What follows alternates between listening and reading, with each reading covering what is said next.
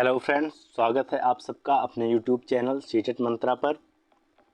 दोस्त, ये हमारी आज हिंदी पेडागॉजी की दूसरी क्लास है और हम ऐसे प्रश्नों का यहाँ पर डिस्कशन कर रहे हैं कि जो कि हमारे सीटेट में लगातार आते ही रहते हैं। ठीक है, किसी न किसी रूप में कुछ शब्द परिवर्तन के साथ इन प्रश्नों से आपका मुलाकात ज़रूर होगा। ठीक है, तो आइए देखते हैं कि आज के हमारे प्रश्न क्या हैं। देखिए, पहला प्रश्न आपका दिया हुआ है कि हिंदी भाषा का आकलन करने के संदर्भ में वे प्रश्न अपेक्षाकृत बेहतर होते हैं। कह रहा है कि आपको हिंदी भाषा का आकलन करना है और उसके लिए आप कैसे प्रश्न को चूज करेंगे। ठीक, कैसे प्रश्न आपके बेहतर होंगे। देखिए तो जब भी आपको प्रश्न ऐसे प्रश्न आ जाए एग्जाम में कि आपसे ये पूछा जा रहा है कि किस तरह के प्रश्नों को आपको महत्व देना है। ठीक, तो देखिए ऐसे प्रश्नों को महत्व देना है कि जिनमें मौलिकता हो। ठीक, जिनके उत्तर में क्या हो, मौलिकता हो। ठीक, जिसमें बच्चा अपने स्वयं के चिंतन का प्रयोग करे। ठीक है, अपने स्वयं के क्या कहते हैं अनुभव के आधार पर उसका उत्तर दे। ठीक है, ऐसा नहीं होना चाहिए कि विषय वस्तु का ज्यों का त्यों प्रश्न हो, उसे बच्चा याद करके आ जाए। ठीक है, याद करने वाला उसका उत्तर नहीं होना चाहिए। हमेशा ऐसा प्रश्न होना चाहिए कि जिसके उत्तर में हमेशा क्या हो, मौलिकता हो। ठीक है, और मौलिकता हो और हर बच्चे के प्रश्न में जब भी देखिए दोस्त, जब भी उत्तर में मौलिकता होगी तो हर बच्चे के उत्तर में क्या होगा, हाँ, भिन्न होगा सबका उत्तर। ठीक है, सबका उत्तर एक तरीके का नहीं होगा। ठीक, इसी को क्या कहेंगे, मौलिकता। देखिए क्या कह रहा है कि जिनके उत्तर जटिल व दीर्घ होते हैं। देखिए दोस्त, उत्तर दीर्घ प्राथमिक स्तर पर हमें आकलन करना है तो जटिल से तो हमें एकदम भागना है। हमें ऐसा उत्तर देखना है कि जिसमें क्या हो, मौलिकता हो। और दीर्घ तो बच्चे प्राथमिक स्तर का बच्चा दीर्घ उत्तर इतना नहीं लिख पाएगा। ठीक है, दूसरा देखिए क्या कह रहा है कि दूसरा कह रहा है जिनके उत्तर तयशुदा होते हैं। तयशुदा का हमारा तात्पर्य है कि जो पहले से ही तय किए हों। जैसे कोई शिक्षक ने पाठ पढ़ाया कि लोमड़ी लोमड़ी क्या है, अंगूर को देखती थी तो लार टपकाती थी। ठीक है, वो उस पाठ में दिया हुआ है। ठीक, तो फिर बच्चे से ऐसे प्रश्न आपने बना दिया कि लोमड़ी लार क्यों टपकाती थी, तो उसमें उसका क्या मौलिक चिंतन लगा, कुछ लगा? वो तो भाई पढ़ा हुआ है पहले से, वो कह दिया कि सर जब उसको अंगूर नहीं मिलता था तब वो लार टपका देती थी। तो वो भी आपका गलत है। पहले से ही इसके उत्तर क्या हैं, निर्धारित हैं। और हमें कैसे उत्तर चाहिए, जिसमें बच्चे की मौलिकता हो। ठीक है, सृजनशील हो। देखिए सी कह रहा है कि जो बच्चों की कल्पना सृजनशीलता को बढ़ावा देते हैं। देखिए ये बात आपकी बिल्कुल सही है कि ऐसे उत्तर चाहिए कि जो ऐसे प्रश्न चाहिए जो आपके बच्चे की क्या करे, कल्पना से हमारा तात्पर्य है कि उनको बच्चा कल्पना करे उनके बारे में। ठीक है, कि उनसे हट करके सोचे, परोक्ष के बारे में सोचे। ठीक है, परोक्ष की वस्तुओं के बारे में चिंतन करे। ठीक, हमें ऐसे प्रश्न सेलेक्ट करने हैं। तो आपका यहाँ पे बिल्कुल सही, जहाँ पे बच्चा सृजनशील हो। ठीक है, वो सबसे बढ़िया होता है। ठीक, डी कह रहा है कि जो बच्चों को सुंदर लेखन के लिए प्रेरित करते हैं। देखिए दोस्त, मैंने हमेशा कहा है कि हमें क्या करना है, भाषा हम सिखाते क्यों हैं? हम भाषा इसलिए नहीं सिखाते बच्चे को कि बस वो सुंदर लेखन में बढ़िया हो जाए। ठीक है, हम भाषा बच्चे को इसलिए सिखाते हैं कि वो भाषा का जो प्रयोग है वो अपने जीवन के विभिन्न संदर्भों में कर सके। ठीक है, अपने जीवन के विभिन्न स्थितियों में भाषा का प्रयोग कर सके। और देखिए दोस्त, मैं आपसे हमेशा कहते आता हूँ कि जो भी एक तरफ आपको लेके जाते हैं विकल्प, वो विकल्प हमारी परीक्षा में नहीं सही होते। तो ये क्या, ये बस लेखन, सुंदर लेखन की ओर लेके जा रहा है। भाई बच्चा बोलने में भी बढ़िया हो, लिखने में भी बढ़िया हो। ठीक है, तो ये हमें देखना है। ठीक, पढ़ने में भी बढ़िया हो। तो ये विकल्प आपका गलत है। दूसरे प्रश्न की ओर आइए। दूसरा प्रश्न देखिए क्या कह रहा है कि एक व्यक्ति ने पूछ लिया, कैसा है वह मुरली वाला, मैंने तो उसे नहीं देखा, क्या वह पहले खिलौना भी बेचा करता था?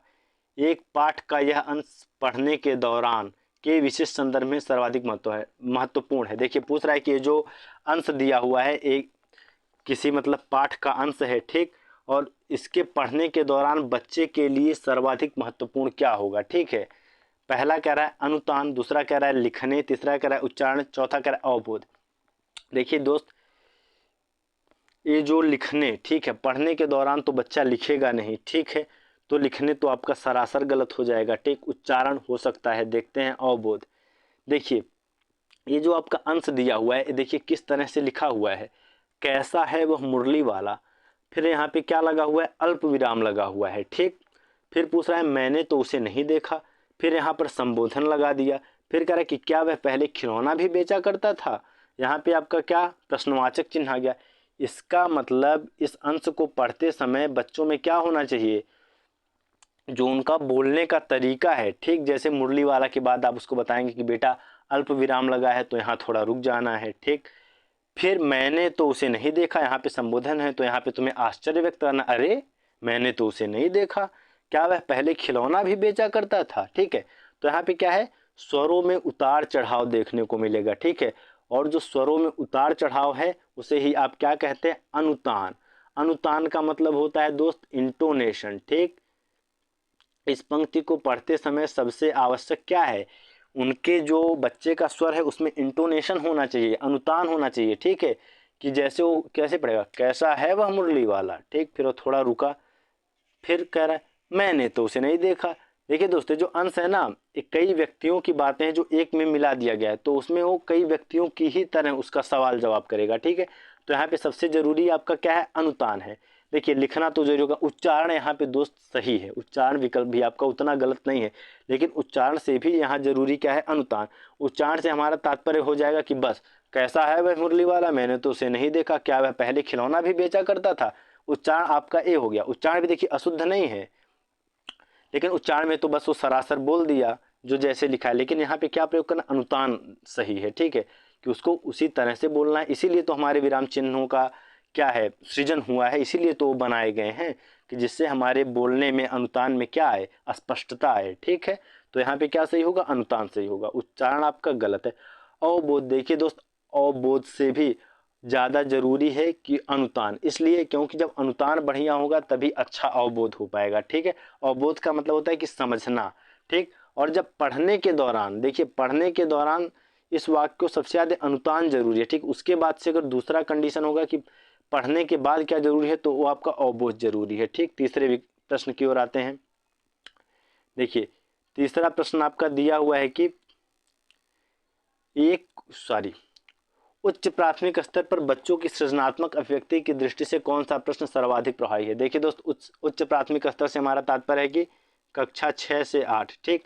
कक्षा 6 से 8 तक के बच्चों की हमें क्या करनी है, बच्चों की सृजनात्मक अभिव्यक्ति की दृष्टि से। सृजनात्मक अभिव्यक्ति मतलब उनके अभिव्यक्ति में जो उनका बोलने का, एक्सप्रेस करने का जो उनका तरीका है उसमें क्या हो, मौलिकता हो, ठीक है, सृजनात्मकता हो। कौन सा प्रश्न सर्वाधिक क्या है, प्रभावी है। देखिए तो जब भी प्रश्न की बात आए बच्चों के संदर्भ में, ठीक है, कि आपको एक ऐसे प्रश्न को चूज करना है जो आपके बच्चे के लिए हो, तो वहाँ एक चीज़ बस ध्यान रखिए, क्या हो, मौलिकता, ठीक। जिस प्रश्न में मौलिकता होगी, ठीक है, और जो प्रश्न बच्चे के जीवन से जुड़ा हो, ठीक है, वही सबसे अच्छा होता है बच्चे के लिए, प्राथमिक स्तर और उच्च प्राथमिक स्तर पर, ठीक है। तो आइए पहला देखिए, लेखक खान पान में बदलाव को लेकर चिंतित क्यों है। दूसरा कह रहा है घर में बातचीत करके घर में बनने वाले पकवानों के बनने की प्रक्रिया बताइए, ठीक है। सी कह रहा है कि खान पान के मामले में स्थानीयता का क्या अर्थ है। डी कह रहा है कि खान पान में बदलाव के कौन से फायदे हैं।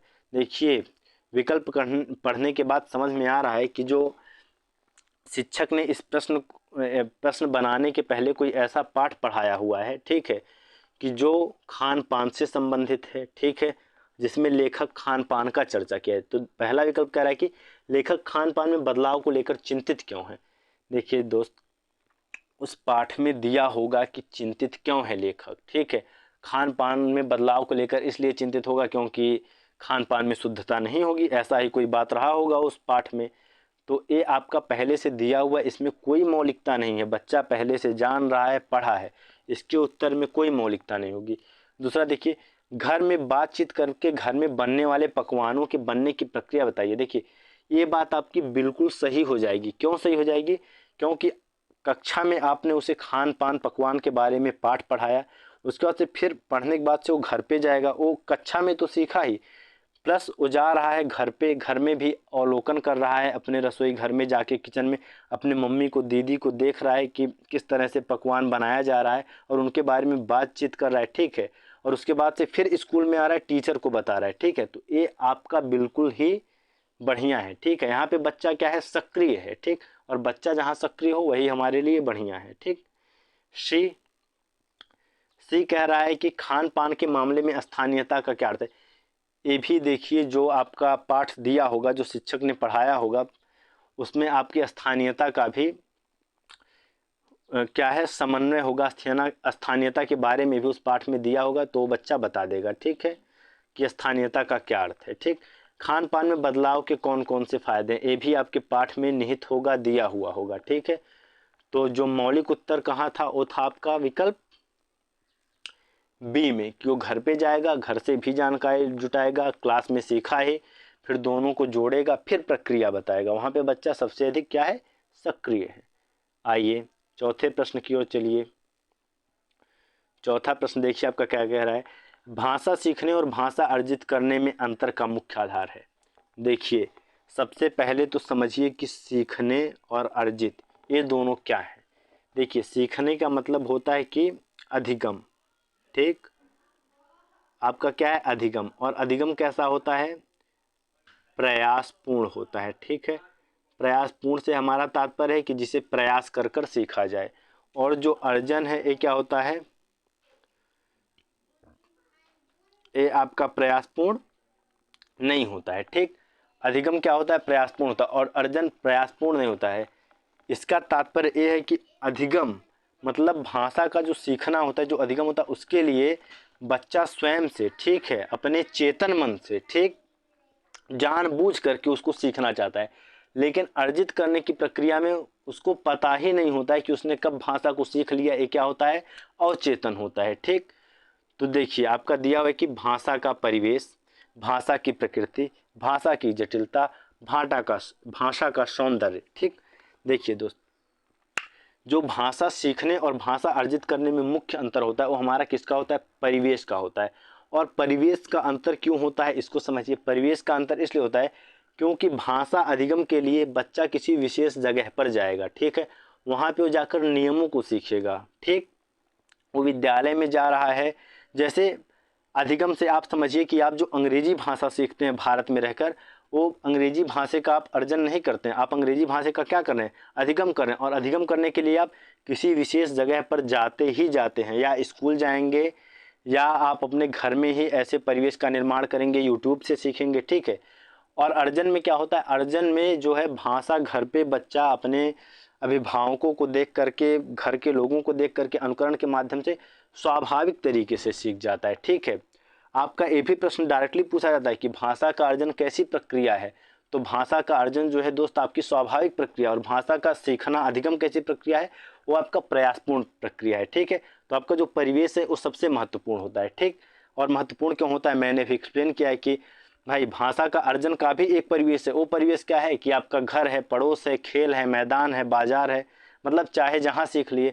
लेकिन अधिगम अधिगम एक विशेष जगह पर ही प्रयासपूर्ण तरीके से होता है। ठीक, भाषा की प्रकृति, देखिए दोस्त, हर भाषा की अपनी प्रकृति होती है। ठीक, लेकिन भाषा की प्रकृति, हमारे प्रकृति से हमारा तात्पर्य है नेचर। ठीक है, और हमारी जो भाषा की प्रकृति है उसका सीखने और अर्जित करने में कोई मुख्य अंतर नहीं होता है। ठीक है, भाषा की प्रकृति, एक चीज़ ध्यान दीजिएगा कि ये क्या होती है, परिवर्तनीय होती है। ठीक, परिवर्तनशील होती है। ठीक है, अभी तक ऐसा प्रश्न पूछा तो नहीं गया, लेकिन हो सकता है कभी पूछ ही ले। तो भाषा की प्रकृति आपकी क्या होती है, परिवर्तनशील होती है। भाषा की जटिलता, देखिए तो भाषा एक जटिल प्रक्रिया होती है। ठीक है, लेकिन भाषा की जटिलता अर्जन और सीखने में इसका कोई मुख्य अंतर नहीं होता है। भाषा का सौंदर्य, ऐसा कुछ भी नहीं है कि भाषा का सौंदर्य यहाँ पे मेन रोल होता है। ठीक है, भाषा के सौंदर्य का यहाँ कोई मुख्य आधार नहीं है। ठीक, पांचवें प्रश्न की ओर आएंगे। पांचवा प्रश्न कह रहा है कि, देखिए पांचवा प्रश्न कह रहा है, नाटक और एकांकी पढ़ने पढ़ाने के दौरान सर्वाधिक महत्वपूर्ण है। इसका अर्थ है कि आपको अपने कक्षा में नाटक और एकांकी, एकांकी भी ऐसे ही दोस्त नाटक की ही तरह एक साहित्य का अंग है। ठीक है, एक साहित्यिक कह सकते हैं कि साहित्य का एक भाग है, जिसमें भी पात्र वगैरह दिए गए होते हैं। ठीक, और आप नाटक से तो परिचित ही होंगे कि इसमें पात्र होते हैं कई सारे। जैसे आपने जरूर पढ़ा होगा अंधेर नगरी और अद्भुत राजा वाली कहानी, वो एक तरह का आपका एकांकी और नाटक का ही रूप है। ठीक, तो पूछ रहा है कि पढ़ने पढ़ाने के दौरान कि आपको अपने कक्षा में नाटक पढ़ाना है तो सबसे महत्वपूर्ण क्या होगा। ठीक, देखिए पहला विकल्प दे रहा है मौन पठन, दूसरा कह रहा है संवाद अदायगी, तीसरा कह रहा है उच्चारणगत शुद्धता, चौथा कह रहा है नाटक के शास्त्रीय तत्व। देखिए मौन पठन, मौन पठन का तात्पर्य है कि बच्चा एकदम ठीक है शांत होकर के बिना कुछ बोले चुपचाप उसको पढ़ रहा है। देखिए दोस्त मौन पठन जो है ये प्राथमिक स्तर पर, ठीक है ध्यान दीजिएगा, ये नाटक के लिए ही नहीं, प्राथमिक स्तर पर कुछ भी पढ़ना हो प्रभावशाली नहीं होता है, क्योंकि प्राथमिक स्तर पर बच्चा अभी सीखना शुरू कर रहा है, ठीक है उसके जीवन का शुरुआत हो रहा है। तो हाँ बच्चा मौन पठन की जगह सस्वर पठन ज़्यादा करता है, ठीक है उसको सस्वर पठन ज़्यादा करवाना चाहिए। क्यों, जिससे उसके अंदर उच्चारण शक्ति की भी क्या हो, डेवलपमेंट हो, उच्चारण का भी उसके अंदर क्या हो, डेवलपमेंट हो। ठीक है, तो मौन पठन प्राथमिक स्तर के लिए बढ़िया नहीं होता है, ये चीज़ भी आप नोट कर लीजिएगा। ठीक, तो और नाटक के लिए तो बिल्कुल ही नहीं।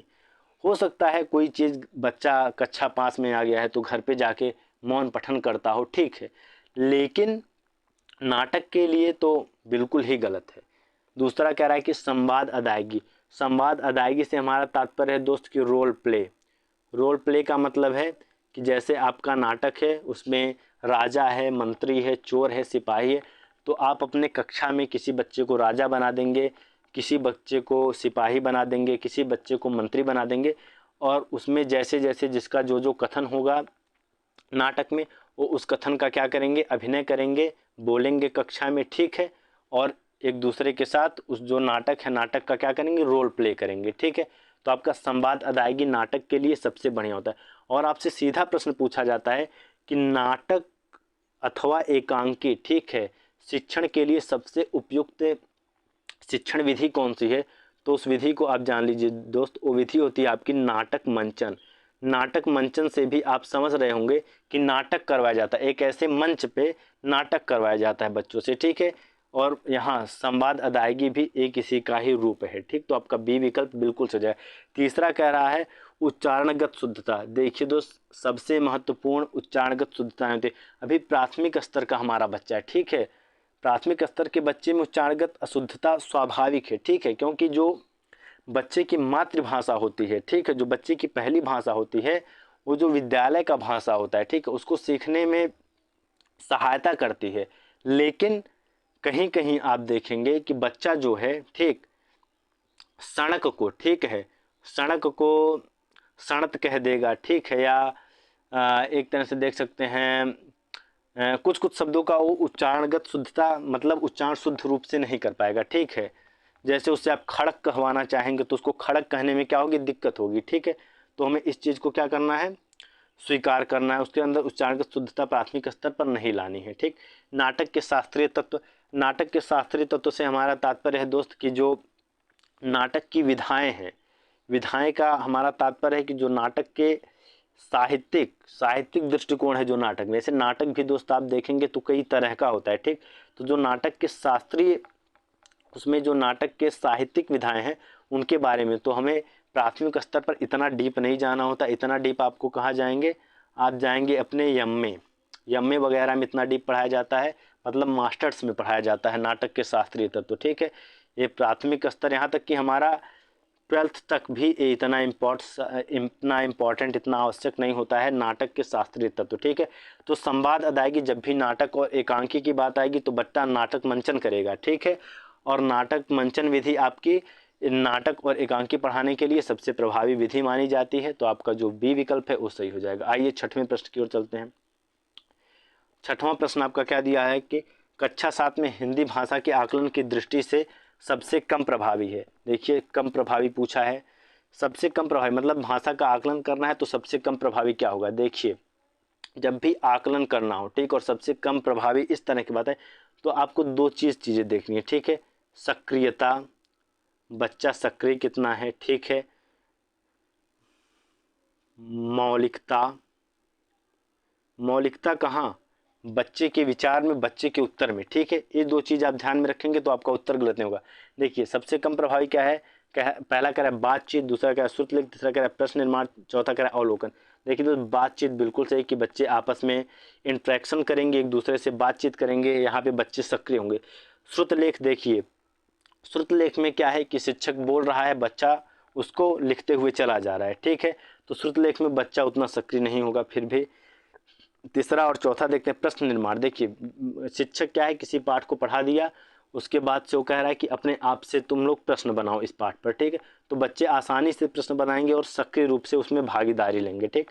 अवलोकन, अवलोकन से हमारा तात्पर्य है कि बच्चे छानबीन करेंगे, ठीक है, छानबीन करके उस पाठ के बारे में सीखेंगे। छानबीन से हमारा तात्पर्य है कि जैसे आपने अपने कक्षा में कोई पाठ पढ़ा है, ठीक है, जिसमें समाज की बुराइयों से बच्चों को अवेयर कराया गया है, ठीक है।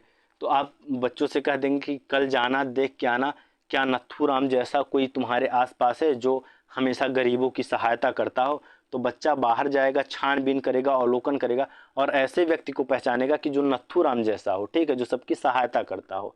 नथुराम से हमारा तात्पर्य है कि हो सकता है किसी पाठ में किसी पात्र का नाम नथुराम हो जो हमेशा गरीबों की सहायता करता हो और शिक्षक ने उसी पाठ को पढ़ाया हो और उस समय शिक्षक ने कह दिया छुट्टी होते समय कि बेटा अब कल जाना, ठीक है, और अपने आसपास देखना कोई नथुराम जैसा है क्या, और है तो कितने लोग हैं, जाओ पता करके आना।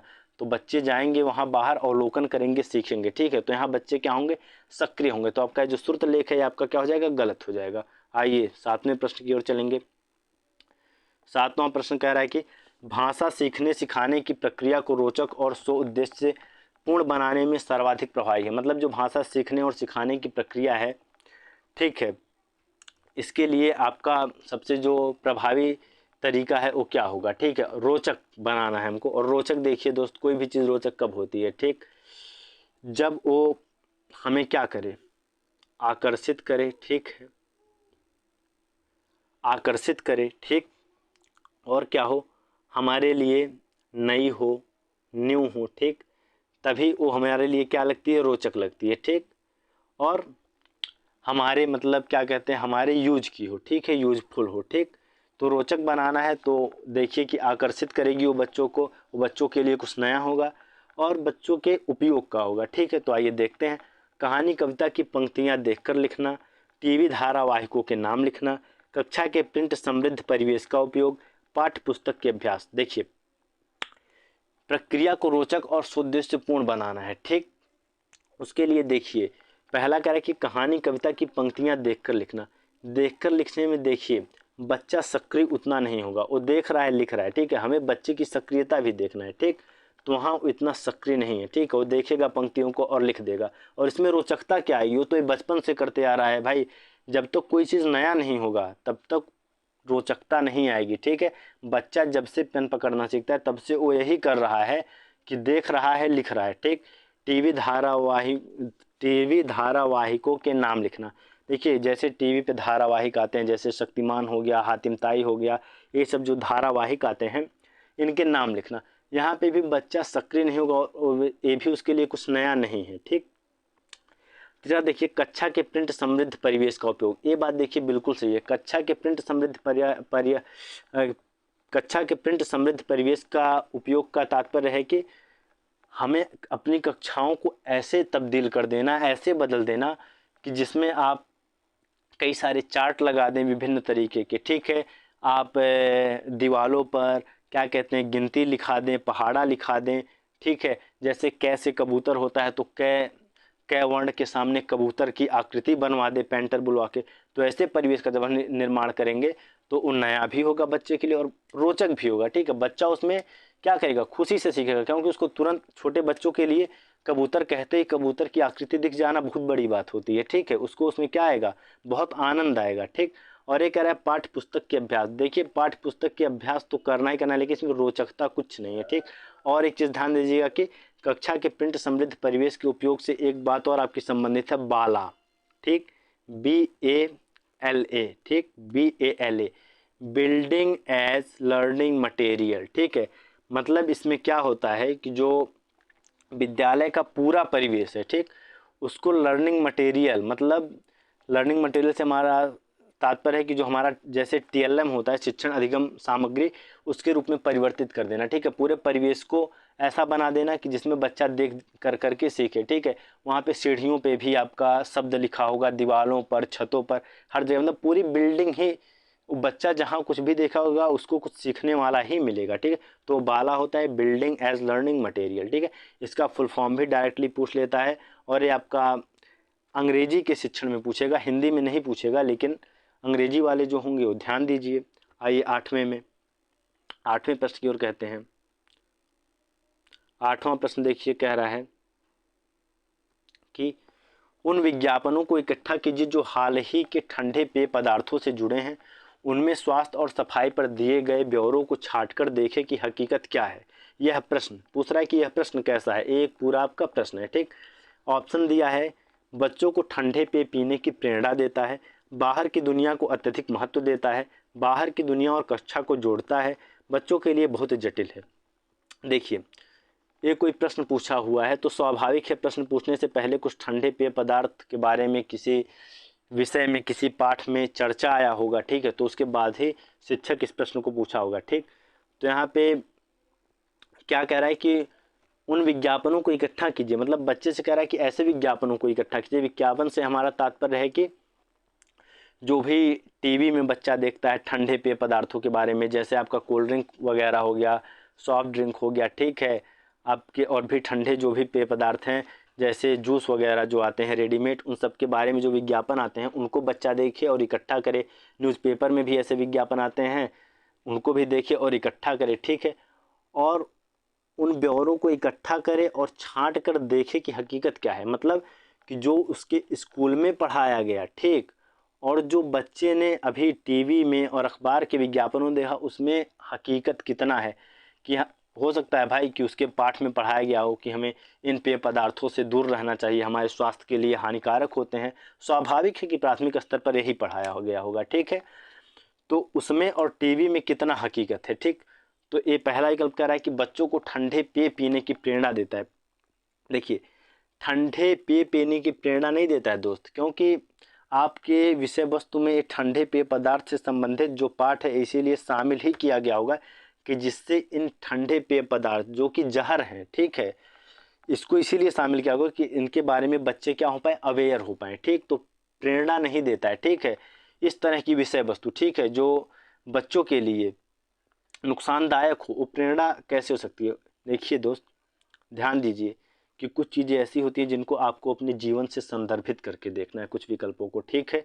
ऐसा नहीं कि उसको वो सब बस आपको किताबों में ही मिल जाएंगी, ठीक है। आपको सोचना है कि क्या ठंडा बच्चे के लिए उपयुक्त है, प्राथमिक स्तर के बच्चे को क्या सॉफ्ट ड्रिंक पीना चाहिए, क्या बच्चे को स्टिंग पीना चाहिए। आपके आजकल मार्केटों में देख रहे होंगे स्टिंग बिक रहा है, रेड बुल बिक रहा है, जिसको एनर्जी ड्रिंक के रूप में जानते हैं।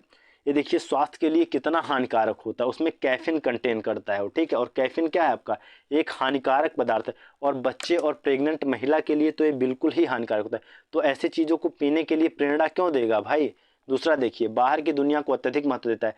देखिए, अत्यधिक, मैंने कहा है कि जब भी विकल्प में कहीं बल दिया जाए, ठीक, बल देने से हमारा तात्पर्य है कि एक ही दिशा में लेके जाया जाए, ठीक है, कि कंसाइज करे, आपको फोर्स करे कि एक ही दिशा में, ठीक, तो विकल्प आपका सही नहीं होता है।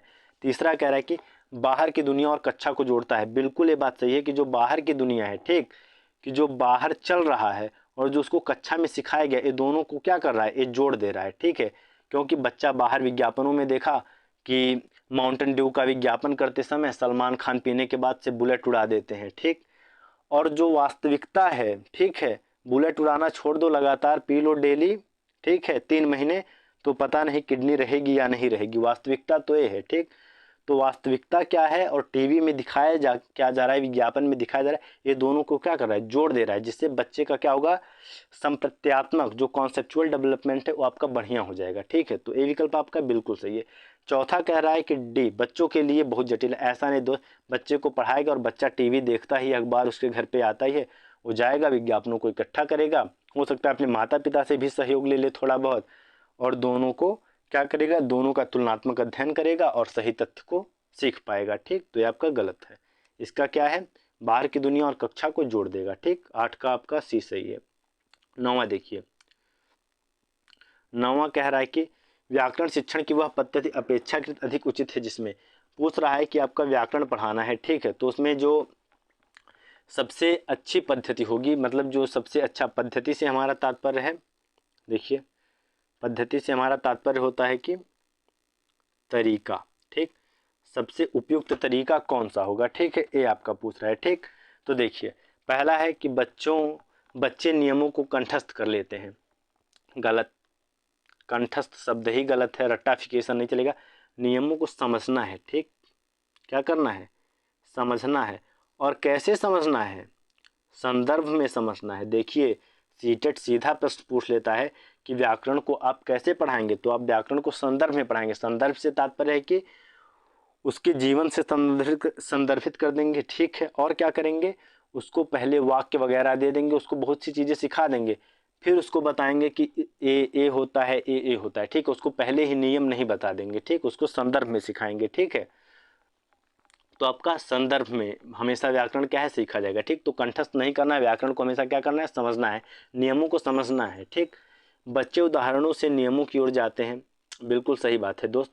और प्राथमिक स्तर पर व्याकरण सिखाने की, ठीक है, जो सबसे अच्छी विधि होती है, ठीक है, वो यही होती है कि उदाहरण से नियम की ओर, मतलब आगमन विधि, ठीक है। इसको क्या कह देंगे आप, आगमन विधि। ये नाम बदल के दे सकता है कि उदाहरण से नियम की ओर नहीं देगा, ज्ञात से ज्ञात की ओर नहीं देगा, ये लिख देगा आपका आगमन विधि। तो आगमन विधि प्राथमिक स्तर पर और क्या कहते हैं, व्याकरण पढ़ाने के सबसे उपयुक्त है। अपितु देखिए, प्राथमिक ही नहीं, कहीं भी व्याकरण पढ़ाना तो आगमन विधि सबसे अच्छी मानी जाती है, ठीक है। उदाहरण से हमको उसको नियम की ओर ले जाना है, ठीक है। नियम पहले बता देने के बाद वो आनंद नहीं रहता है, ठीक है। आइए सी विकल्प की ओर आएंगे। सी कह रहा है कि बच्चे नियमों से उदाहरण की ओर जाते हैं। नहीं भाई, पहले आप नियम बता देंगे, ठीक है, तो बच्चा क्या हो जाएगा, डगमगा जाएगा। जैसे मान लीजिए आप उसको पढ़ा रहे हैं, आपको कर्ता के बारे में बताना है, ठीक। आपने कहा राम स्कूल जाता है, ठीक। आपने उसको एक वाक्य लिख दिया, ठीक है। इस वाक्य का पूरा अर्थ समझ जाएगा, ठीक है। ऐसे ही आपने कई सारे वाक्य उसके सामने पेश किए, ठीक है। उसके बाद से आप बताएंगे कि राम जो है करता है, ठीक है। आप ये बताने से पहले ये नहीं बताएंगे, ठीक है, कि किसी वाक्य में जो करने वाला होता है उसे कर्ता कहते हैं। ये कह देंगे तब तो भाई सोच में पड़ जाएगा ना कि ये करने वाला क्या होता है, कर्ता क्या होता है। उसके लिए इतना, उसके अंदर इतना भी हाइपोथेटिकल, मतलब तार्किक क्षमता जो है, डिडक्टिव रीजनिंग उतना नहीं उसकी हो पाती, सक्रिय हो पाती है, ठीक है, प्राथमिक स्तर पर। तो नियम नहीं, उदाहरण से नियम की ओर लेके जाना है, ठीक है, ये गलत है। बच्चे सूत्र का प्रयोग करते हैं। देखिए दोस्त, प्राथमिक स्तर पर बच्चे सूत्र का प्रयोग नहीं करते हैं, ठीक है। प्राथमिक स्तर पर इतने मतलब ऊंचे स्तर पे नहीं पढ़ाया जाएगा कि बच्चे सूत्र का प्रयोग करने लगेंगे, ठीक है। सबसे बढ़िया होता है कि बच्चों को पहले उदाहरण देना है, फिर नियम समझाना है, ठीक है। 10वां देखते हैं। 10वां कह रहा है कि अपनी कक्षा में समावेशी माहौल का निर्माण करने के लिए आप किस बात को सबसे अधिक महत्वपूर्ण मानते हैं। समावेशी से हमारा तात्पर्य है दोस्त कि ऐसा माहौल बनाना है कि जिसमें विभिन्न प्रकार के बच्चे हों, तरह तरह के बच्चे हों, कम सीखने वाला हो, अधिक सीखने वाला हो, कम बुद्धि लब्धि वाला हो, अधिक बुद्धि लब्धि वाला हो। इस तरह के बच्चों का हमें क्या करना है, समावेशन करना है। तो उसके लिए सबसे महत्वपूर्ण क्या होगा, ठीक। कह रहा है कि विभिन्न प्रकार के दृश्य शब्द संसाधनों का सदैव अनिवार्य प्रयोग। देखिए, प्रश्न का उत्तर देना सीखिए, ठीक है। सही विकल्प को हम कैसे पकड़ेंगे, ठीक है, हम कैसे वहां तक पहुंचेंगे, एलिमिनेट करना सीखिए। कह रहा है विभिन्न प्रकार के दृश्य शब्द संसाधनों का सदैव प्रयोग। देखिए, सदैव प्रयोग, ये आपको क्या कर रहा है, ये आपको एक दिशा में लेके जा रहा है कि आपको सदैव प्रयोग करना है तो करना। और दूसरा क्या है, ये कठोरता की ओर लेके जा रहा है, ठीक है, कठोरता, ठीक, कि सदैव प्रयोग करना है तो करना है, नहीं करोगे तो तुम्हारा शिक्षण, आपका शिक्षण प्रभावी नहीं होगा। तो हम, आप जानते हैं कि कठोरता नहीं, हमको क्या चाहिए, लचीलापन चाहिए, ठीक है, कठोरता हमको नहीं चाहिए, ठीक। तो क्या चाहिए, चाहे वो शिक्षक के लिए हो या बालक के लिए हो, जहाँ भी विकल्प में लचीलेपन का भाव आएगा वही विकल्प सही होगा, ठीक है। तो कठोरता की ओर हमें नहीं जाना है, हमें किस ओर जाना है, लचीलेपन की ओर जाना है। तो सदैव अनिवार्य प्रयोग मतलब आप कठोरता की ओर जा रहे हैं, ठीक है। तो ये बात आपका गलत है, ठीक।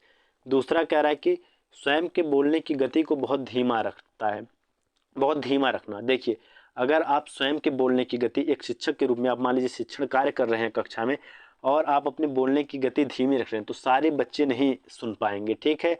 आपकी कक्षा बड़ी होगी, दूर तक आवाज़ नहीं जाए। और दूसरा रीज़न इसका देखिए कि आपका जो कक्षा है आप समावेशी कक्षा में शिक्षण कर रहे हैं। समावेशी कक्षा में हो सकता है वहाँ पे कोई बच्चा ऊंचा सुनता हो, कोई बच्चा नीचा सुनता हो, तो ऐसे में आपको अपनी आवाज़ क्या है ऊंची रखनी है, बहुत ऊंची भी नहीं बहुत नीची भी नहीं, ठीक है। एक आपको अपने आवाज़ में क्या करना है, संयम बना के रखना है, ठीक है। धीमी आवाज़ नहीं चलेगी, ठीक, ये आपका गलत है। सभी बच्चों से सभी भाषिक प्रकारों को समान रूप से संपादित करना। देखिए दोस्तों, समान प्रकार से, समान रूप से और सभी बच्चों के लिए, जब इस संदर्भ में ये शब्द आए तो ये शब्द आपका गलत होता है। क्यों गलत होता है कि देखिए आपका जो कक्षा है वो क्या है, समावेशी कक्षा, और समावेशी कक्षा में तरह तरह के लोग हैं, तो तरह तरह तरीके से सीखेंगे, ठीक है। और उनके सीखने में टाइम डिफरेंस भी होगा, ठीक है। कि आपने अगर संज्ञा को पढ़ाया है तो हो सकते हैं कि आपके कक्षा में 10 बच्चे ऐसे होंगे जो तुरंत संज्ञा को समझ जाएंगे, संज्ञा के प्रश्न सॉल्व करने लगेंगे। लेकिन कुछ बच्चे आपकी कक्षा में ऐसे होंगे जो तुरंत नहीं समझेंगे, घर पे जाएंगे दोहराने पे समझेंगे। कुछ बच्चे ऐसे होंगे जो दो तीन दिन प्रयास करने के बाद सीखेंगे। कुछ होंगे जो 2-3 बार समझाएंगे आप तब जाके सीखेंगे, ठीक है। तो ऐसे में आप सभी बच्चों से सभी भाषिक प्रकारों को समान रूप से संपादित करने, मतलब कि सभी लोग एक ही तरह से अपने मतलब उत्तर दें, एक ही तरह से अपना परफॉर्मेंस करें, तो ऐसा नहीं है। जब समावेशी कक्षा है, इंडिविजुअल डिफरेंसेस है वहाँ, तो उनके जो लर्निंग स्टाइल है, जो सीखने का तरीका है उसमें भी डिफरेंस आएगा, ठीक है। और उनका जो कार्य का संपादन होगा उसमें भी क्या होगा, डिफरेंस होगा, ठीक। तो ये बात आपका बिल्कुल गलत है। कह रहा है विभिन्न प्रकार के दृश्य शब्द संसाधनों का आवश्यकता अनुसार उचित प्रयोग। देखिए दोस्तों, ये बात बिल्कुल सही है। आप आवश्यकता अनुसार प्रयोग करेंगे, ठीक है। जब आपको आवश्यकता होगी तब आप प्रयोग करेंगे, ठीक। यहाँ पे आपके ऊपर कोई बाधा नहीं है। इस विकल्प में आपको क्या दिख रहा है, लचीलापन दिख रहा होगा, ठीक है। ये विकल्प कैसा है, लचीला है कि आवश्यकता पड़ने पर। और यहाँ क्या था, कठोरता था, ठीक है। तो आप जान रहे हैं कठोर वाला विकल्प हमेशा गलत होता है, लचीला वाला से, तो यहाँ पे आपका डी सही हो जाएगा, ठीक है। आइए हम 11वें प्रश्न की ओर चलते हैं। 11वां प्रश्न आपका कह रहा है कि उच्च प्राथमिक स्तर पर हिंदी भाषा शिक्षण का एक सर्वाधिक महत्वपूर्ण उद्देश्य है। उच्च प्राथमिक स्तर मतलब जो आपका क्लास 6 है उससे 8 तक, ठीक है। 6 से 8 तक आपको क्या करना है, 6 से 8 स्तर पर हिंदी भाषा शिक्षण का एक सर्वाधिक महत्वपूर्ण उद्देश्य, ठीक है। कि इस क्लास के बच्चों को हिंदी भाषा सिखाने का उद्देश्य क्या होता है, ठीक। देखिए दोस्त, हमेशा भाषा सिखाने का जो सबसे सही उद्देश्य होता है वो ये होता है कि बच्चा जो है भाषा प्रयोग सीख जाए, ठीक है। अगर बच्चा हमारा भाषा प्रयोग जिस भी विकल्प में सीख गया वो विकल्प हमारे लिए सबसे सही होगा, ठीक है। पहला विकल्प देखिए, बच्चों में कहानियों को शब्दशः दोहराने की क्षमता का विकास करना। देखिए ये जो शब्दशः शब्द यहाँ पे दिया है ये बिल्कुल ही नकारात्मक है कहानी के लिए। शब्दशः का मतलब है कि ज्यों का त्यों दोहरा दे, ठीक है। जैसे राजा रानी से झूठ बोलता था, ठीक है।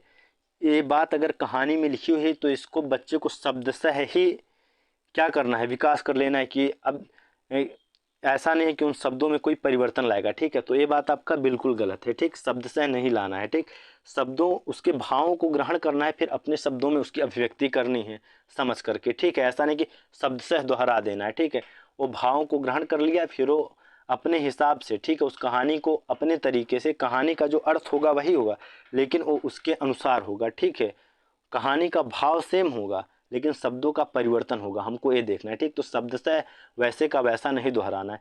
बच्चों को व्याकरण के नियमों को कंठस्थ करवाना। देखिए दोस्त, पहले भी ऊपर बताया हूँ कि नियम कंठस्थ नहीं कराना है, नियम समझाना है, ठीक। कि बच्चा हमारा जो है व्याकरण के नियम क्या है समझ जाए, और समझ जाए और कैसे समझाना है, संदर्भ में समझाना है, ठीक है। तो ये आपका गलत हो गया। कंठस्थ जहाँ भी आपको दिखे तो वो विकल्प आपका सही नहीं होता है, ठीक। बच्चों को पाठों के अंत में दिए गए उदाहरणों का अभ्यास करना। देखिए दोस्त, ये जो आपका है सी वाला, ठीक है, ये एकात्मक है। एकात्मक क्यों है, क्योंकि आप क्या कर रहे हैं, क्या हमारे शिक्षण का उद्देश्य सही होता है कि पाठ में दिए गए जो उदाहरण हैं उदाहरणों का अभ्यास करवा दें हम, कि मतलब जो उदाहरण प्रश्न दिए होते हैं हर आपके पाठ के अंत में बस उसका अभ्यास करना, तो नहीं। हमको बच्चे को इस योग्य बनाना है कि वो अपने जीवन में भाषा का प्रयोग कर पाए, ठीक है। और ये प्रश्न लगातार सीटेट पूछता है और उसका विकल्प यही से होगा कि भाषा प्रयोग में हमें बच्चे को क्या करना है, सक्षम बनाना है, ठीक है। तो ये विकल्प आपका गलत है। उदाहरण एकात्मकता की ओर जा रहा है कि बस उदाहरण सॉल्व करना सीख जाए और भाषा के प्रयोग बोलने लिखने सुनने सबसे मतलब नहीं है, ठीक है। तो ये गलत है। डी कह रहा है कि बच्चों में समझ के साथ पढ़ने और लिखने की क्षमता का है। देखिए दोस्त, ये आपका विकल्प बिल्कुल सही, ठीक है। कि बच्चा समझ के साथ, ठीक है, अर्थ ग्रहण पढ़ने के साथ साथ अर्थ ग्रहण भी कर पाए और उसके अंदर लिखने की भी क्षमता का विकास हो पाए। तो इन चारों में जो आपका डी विकल्प है आपका सबसे सही है, ठीक है। लेकिन आपको भाषा प्रयोग भी ऑप्शन में दे के पूछ सकता है, तो वहाँ पे आपको भाषा प्रयोग सही मानना है, ठीक है, कि भाषा प्रयोग में हमको बच्चों को क्या बनाना है, सक्षम बनाना है, ठीक। 12वें की ओर आइए। 12वां कह रहा है कि प्राथमिक स्तर पर कविता शिक्षण उपयोगी नहीं होगा। देखिए उपयोगी नहीं दिया है, उपयोगी नहीं होगा, जिसे छात्र सरलता से समझ सकें, जो कविताएं छात्रों की सृजनशीलता को बढ़ाने वाली हों। तीसरा देखिए कह रहा है कि जो कविताएं अंतर्राष्ट्रीय वादों से संबंधित हों। डी कह रहा है कि जिनमें नीति, हास्य, वीरता, देशभक्ति जैसी भावनाएं निहित हों।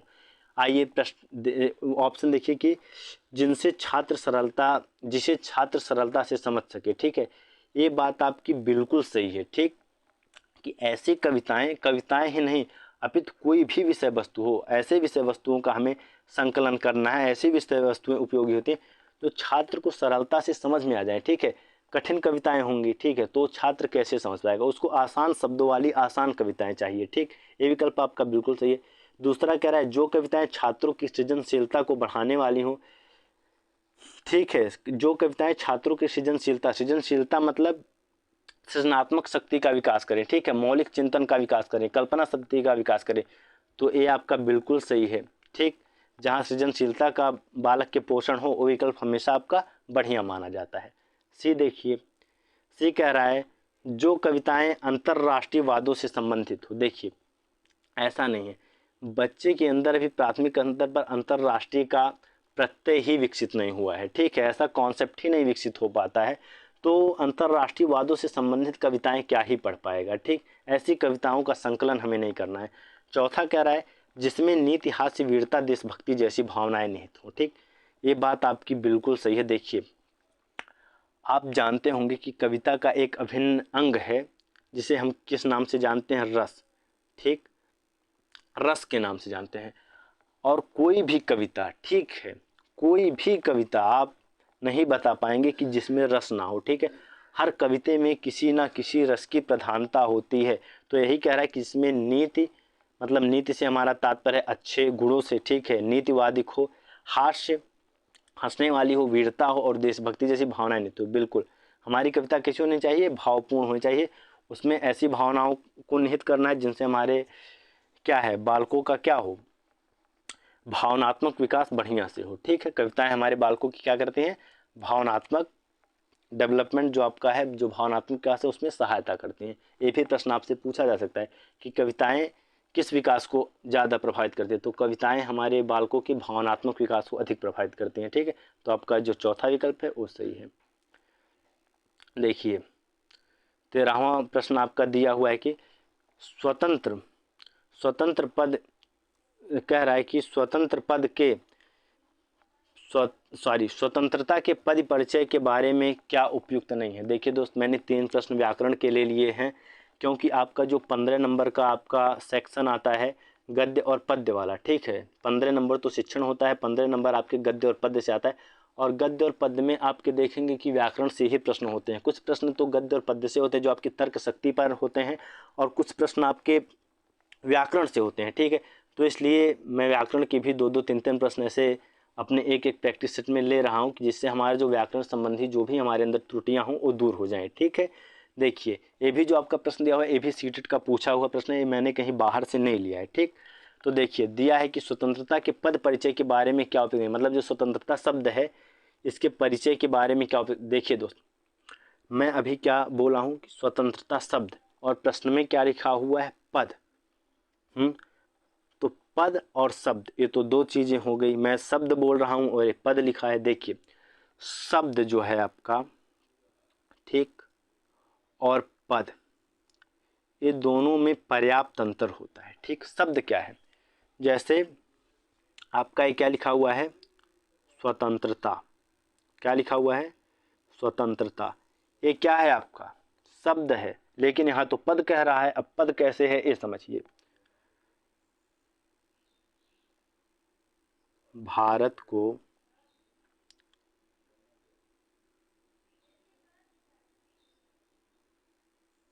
स्वतंत्रता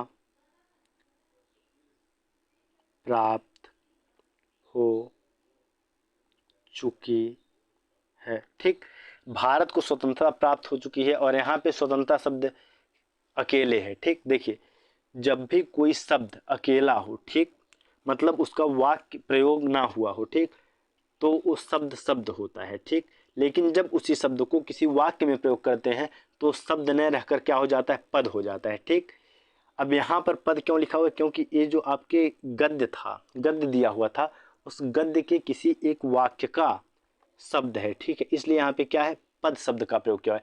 अगर खाली स्वतंत्रता शब्द में प्रत्यय पूछ लेता, उपसर्ग पूछ लेता, तो वहाँ पे मात्र स्वतंत्रता लिखने के बाद शब्द लिखता, अगर ये आपका जनरल क्वेश्चन होता। लेकिन आपका एक गद्य से संदर्भित क्वेश्चन है, गद्य से संबंधित क्वेश्चन है, तो इसलिए यहाँ पे आपका पद लिखा हुआ है। ठीक, तो आप शब्द और पद में अंतर समझ गए होंगे कि जो शब्द होता है, जब किसी भी दो वर्णों का मेल होगा, उनका सार्थक अर्थ होगा तो शब्द बनेगा। ठीक, लेकिन वो शब्द बन जाएगा। ठीक, लेकिन जब उसी शब्द का हम प्रयोग कर देंगे वाक्य में, ठीक है, उनका अर्थ निकलने लगेगा, तो शब्द शब्द न रहकर क्या हो जाएगा, पद हो जाएगा। ठीक है, तो आइए देखते हैं कि क्या उपयुक्त नहीं है, क्या उपयुक्त नहीं है, मतलब क्या गलत है। ठीक, क्या गलत है स्वतंत्रता पद के बारे में, यहाँ पद ही अच्छा है, पद कहेंगे। ठीक, स्वतंत्रता पद के बारे में क्या गलत है। ठीक, ता उपसर्ग एक वचन संज्ञा भाववाचक। देखिए स्वतंत्रता, ठीक, स्वतंत्रता शब्द देखिए दोस्त, आपका एक वचन है या बहुवचन, इसको आप कैसे देखेंगे। ठीक, इसको आपको देखना कैसे, देखिए एक वचन और बहुवचन जब भी हमें देखना हो तो हमें क्या करना है, शब्दों का वाक्य प्रयोग कराना है। वाक्य प्रयोग करके देखिए, भारत, चीन, जापान, ये क्या हो गया, आपका बहुवचन हो गया। ठीक, एक साथ स्वतंत्रता प्राप्त किए। ठीक है, लिख देता हूं मैं, भारत, आपका चीन, अब चीन के बाद यहाँ दोस्त कामा नहीं लगेगा और शब्द का प्रयोग करेंगे, और जापान। ठीक, एक साथ, एक साथ क्या हुए, स्वतंत्र हुए। अब देखिए दोस्त, मैंने क्या लिखा है कि भारत, चीन और जापान एक साथ स्वतंत्र हुए। देखिए भारत, चीन और जापान, जब ये तीन चीजें हो गई, यहाँ पे बहुवचन हो गया, तो यहाँ पे या कह दीजिए कि स्वतंत्र हुए, या स्वतंत्र होने के स्थान पर आप प्रयोग करिए, ज़्यादा अच्छा रहेगा कि स्वतंत्रता प्राप्त किए। ठीक है, स्वतंत्रता क्या किए, प्राप्त किए। ठीक, स्वतंत्रता प्राप्त किए। अब ये भी तो हो सकता है, क्या स्वतंत्रताएं लिख सकते हैं, ये आपका क्या हो जाएगा स्वतंत्रताएं लिखने पर, क्या लिख सकते हैं हम स्वतंत्रताएं, आप सोचिए। स्वतंत्रताएं हो सकता है, आपका जो स्वतंत्रता है दोस्त, वो क्या है, एक वचन है। ठीक, स्वतंत्रताएं यहाँ नहीं होगा। ठीक है, स्वतंत्रताएं बहुवचन हो जाएगा, सॉरी ये एक वचन शब्द है। ठीक है, स्वतंत्रताएं, और आपका ये जो ये स्वतंत्रता है दोस्त, इसका बहुवचन बनता भी नहीं है। ठीक है, स्वतंत्रता शब्द का बहुवचन नहीं बनता, स्वतंत्रता हमेशा क्या होता है, एक वचन में ही प्रयोग होता है। ठीक, आइए दूसरा विकल्प देखिए, कह रहा है कि संज्ञा, तो आप जानते ही हैं संज्ञा क्या होता है, ये आपका संज्ञा नहीं है, ये आपका क्या है, ये आपका है दोस्त भा, सॉरी, अच्छा हाँ गलत पूछा ना, बिल्कुल ये आपका संज्ञा है। ठीक है, भाववाचक संज्ञा है, माफ कीजिएगा, ये आपका क्या है, भाववाचक संज्ञा है। ठीक है, आपका क्या है, भाववाचक संज्ञा है। ठीक, अब तीसरा वही भाववाचक, ये भी बात सही है, ये आपका स्वतंत्रता एक वचन है, ये भी बात सही है, स्वतंत्रता का स्वतंत्रताएं नहीं होगा। ठीक है, भारत, चीन और जापान एक साथ स्वतंत्रता प्राप्त किए, स्वतंत्रताएं प्राप्त किए नहीं, स्वतंत्रता शब्द सदैव एक वचन है। ठीक, हमसे पूछा है नहीं, मतलब क्या गलत है, ता उपसर्ग। देखिए दोस्त, अब बसता है कि ता उपसर्ग, यही आपका विकल्प सही है, लेकिन कैसे सही हमको ये जानना है। ठीक, सही है तो ये तो ठीक है, लेकिन कैसे सही है समझिए इसको। देखिए दोस्त, स्वतंत्र धन ता, ठीक, स्वतंत्र धन ता, और यहाँ पे मैं लिख देता हूँ अभिधन मान। ठीक, अभिधन मान, स्वतंत्र धनता आपका क्या बना, स्वतंत्रता बन गया, अभिधनमान आपका क्या बन जाएगा, अभिमान बन जाएगा। ठीक है, स्वतंत्र धनता स्वतंत्रता, अभिधनमान अभिमान। ठीक है, देखिए दोस्त, जो भी शब्द अथवा शब्दांश, ठीक है, किसी शब्द के पहले जुड़ते हैं, ठीक, पहले जुड़ करके उसके अर्थ में परिवर्तन कर देते हैं, ठीक है, उन्हें हम क्या कहते हैं, उन्हें हम कहते हैं उपसर्ग, ठीक है। और जो भी आपके शब्द अथवा शब्दांश किसी शब्द के अंत में जुड़ करके उनके अर्थ में परिवर्तन कर देते हैं, उन्हें हम क्या कह देते हैं, क्या कह देते हैं, उन्हें हम कह देते हैं प्रत्यय, ठीक है। तो देखिए यहाँ स्वतंत्रता, आपका ता जो है ये अंत में जुड़ रहा है ना कि पहले, तो ये उपसर्ग कैसे हो सकता है, इसलिए आपका गलत है। यहाँ क्या है, ये ता प्रत्यय है, ठीक है, ये आपका उपसर्ग नहीं है, ठीक।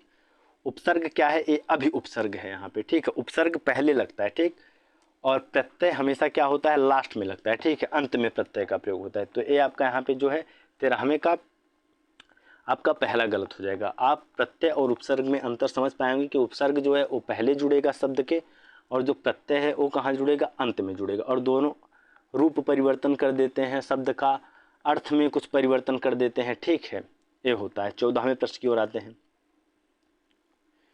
14वां कह रहा है कि कीमती रक्त में दोनों शब्द क्रमशः हैं, संज्ञा सर्वनाम, उद्देश्य विधेय, विशेष विशेष विशेषण, विशेषण और विशेष, ठीक है। देखिए शब्द, देखिए दोस्त, कीमती पूछ रहा है, कीमती, कीमती क्या है, कीमती रक्त की, रक्त एक तो आपका रक्त है, ठीक, और ये आपका क्या है, कीमती।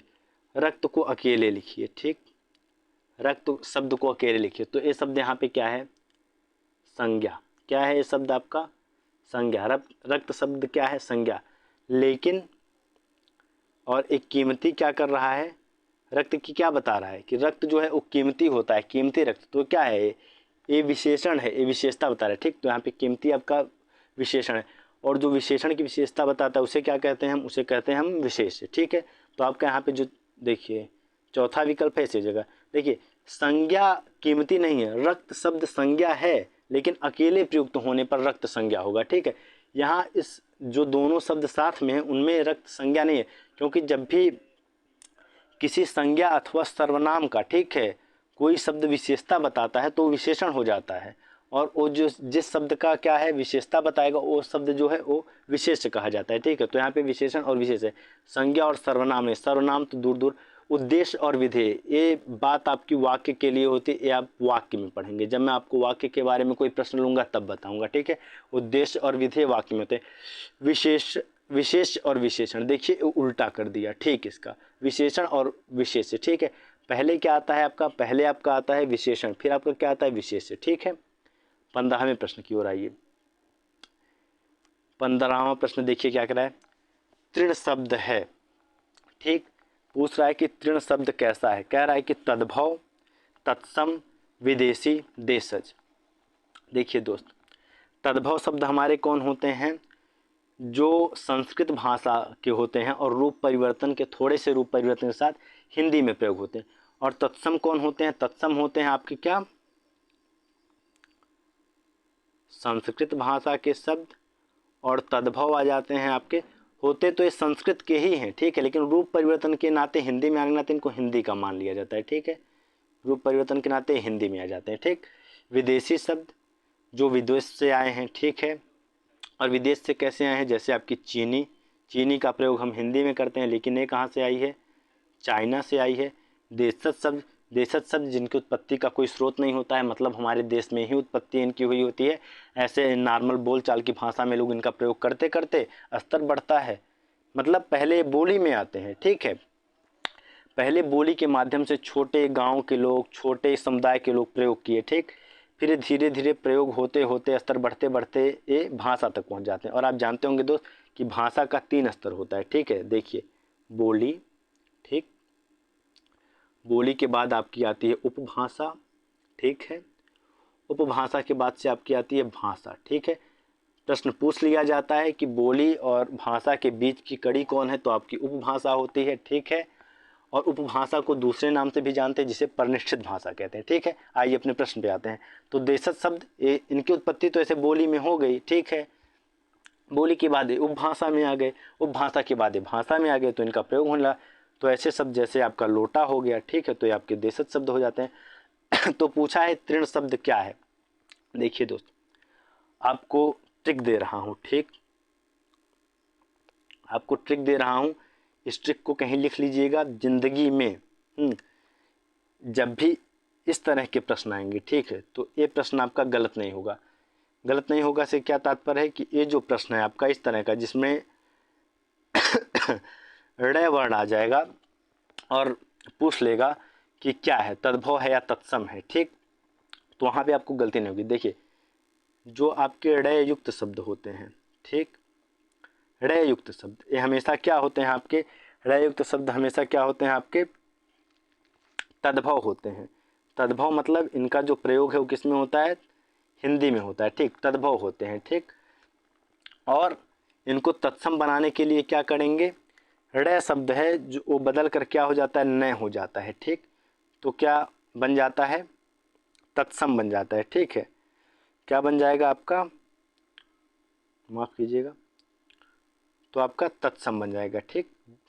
समझे कि जिस भी शब्द में ऋ होगा, ऋ वर्ड होगा, वो हमेशा क्या होगा, तद्भव होगा, ठीक। हमेशा मतलब आप मान सकते हैं 99% अपवाद आपको मिल जाएंगे, 99% ऋ युक्त शब्द तद्भव होता है, ठीक। और जब भी इस तद्भव का हम तत्सम बनाते हैं, ठीक है, तो आपका क्या हो जाएगा, देखिए दोस्त, न हो जाएगा, ठीक। और ज़रूरी नहीं है कि प्रश्न यही पूछे कि तृण शब्द क्या है, ठीक, ये भी पूछ सकता है कि तृण का तत्सम क्या होगा, तब उस समय ये जो ट्रिक है ऋ का न बनाने वाली ये काम आएगी। देखिए कैसे, एक चीज़ तो आप समझ गए होंगे कि ऋ युक्त है तो ये क्या हो गया आपका, ऋ युक्त शब्द क्या होता है आपका, क्या होता है, तद्भव होता है या तत्सम होता है, ये आपका होता है तद्भव, ठीक। ऋ युक्त शब्द आपका क्या होता है, तद्भव होता है, और इसका तत्सम क्या होता है, ऋ को न में बदल देंगे। अब आइए ऋ को न में बदल के देखते हैं। देखिए, ये आपका मैंने क्या बताया था कि ऋ युक्त है तो आपका क्या है, तद्भव है। अब इसको तत्सम बनाता है, ठीक है। तो ऋ को क्या बताया था कि ऋ को न कर देना, ठीक। तो देखिए, तृण का दोस्त आपका क्या हो जाएगा, तृण का आपका बहुत ही आसान है, तृण का तिनका हो जाएगा, ठीक, तीन का। देखिए, ऋ के बदलने से यहाँ न आ गया, ठीक। और उदाहरण समझिए, जैसे देखिए आपका पर्ण है, ठीक, पर्ण, ठीक, पर्ण आपका कैसा है, पान हो जाएगा पर्ण का, ठीक। और उदाहरण देखिए, पर्ण के बाद आप ले लीजिए क्या कहते हैं, कर्ण ले लीजिए, कर्ण ले लीजिए, कर्ण आपका क्या है, कर्ण का आपका हो जाएगा, ऋ का न हो जाएगा, कान हो जाएगा, ठीक है। तो यहाँ पे आप समझ गए होंगे, ठीक है, कि तृण को कैसे हमें तद्भव से तत्सम में बदलना है, ठीक। ये आपका नियम था, इस पर विशेष ध्यान दीजिए। ऐसे ही धीरे धीरे करके मैं एक एक नियम ला के आपके जो तद्भव तत्सम हैं और भी जो व्याकरण के कुछ समास हैं, ठीक है, वो सब धीरे धीरे मैं क्लियर करवा दूंगा कि जिनसे आपको लड़ना नहीं पड़ेगा। आप क्या कर पाएंगे, ट्रिक अप्लाई करके ही अपने उत्तर तक पहुँच पाएंगे, ठीक है दोस्त। आजकल देखिए, रटने का ज़माना नहीं है, आपको बहुत ही स्मार्ट तरीके से पढ़ना है, ठीक है। रटेंगे तो फिर रटते ही रह जाएंगे, आपको स्मार्टली जाना है, ठीक। आपको स्मार्ट तरीके से क्या करना है, अपनी पढ़ाई को करना है। आइए आगे देखते हैं। आगे देखिए, हमारा सेशन यहाँ पे समाप्त हो जाता है, फिर हम मिलेंगे कल अगले सेशन में। और यहाँ हमारा देखिए टेलीग्राम लिंक दिया हुआ है, इस लिंक से आप जुड़ जाइए, टेलीग्राम चैनल को सब्सक्राइब कर लीजिए, ठीक है। वहाँ पे आपको जो भी डेली के प्रैक्टिस कराए जाते हैं उसके आपके क्वेश्चन आंसर मिल जाएंगे PDF के फॉर्म में। और walaseated@gmail.com ये मेरी ईमेल है। इस पर आप क्या करिए, अपने सुझावों को, अपनी बातों को, अगर आपको मुझसे कुछ कहना है तो इसके माध्यम से मुझ तक पहुँचा सकते हैं। और इस सेशन को अगर पढ़ने में आपको अच्छा लगा हो दोस्त, कुछ नया सीखे हो, तो अपने दोस्तों के साथ ज़रूर शेयर करिए जो लोग सीटेट की प्रिपरेशन कर रहे हैं। Thank you so much. फिर मिलेंगे कल अगली कक्षा में।